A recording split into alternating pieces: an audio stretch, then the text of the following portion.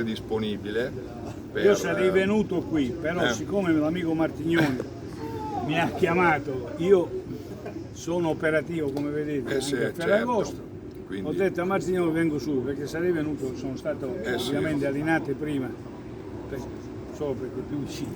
sì, certo.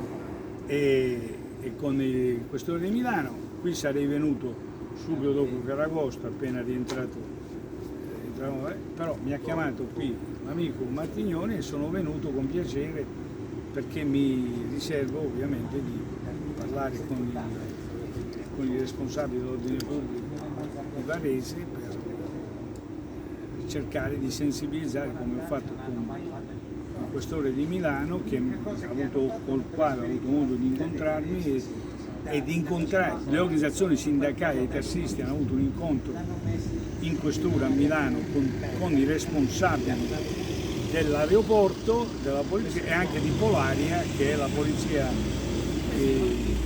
che presidia l'aeroporto di Linate e anche questo di Malpensa.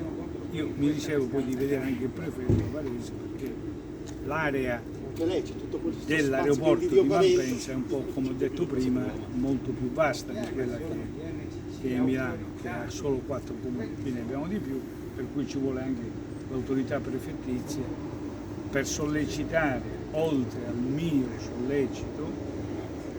sollecitare anche i sindaci a destinare una quota, possibilmente di agenti di polizia locale, al presidio di anti-abusivismo. Gli NCC devono capire che il loro mestiere va svolto come fanno alcuni di loro, altri no, ma alcuni di loro fanno, ma tutti devono fare senza andare a sollecitazioni di varie nature.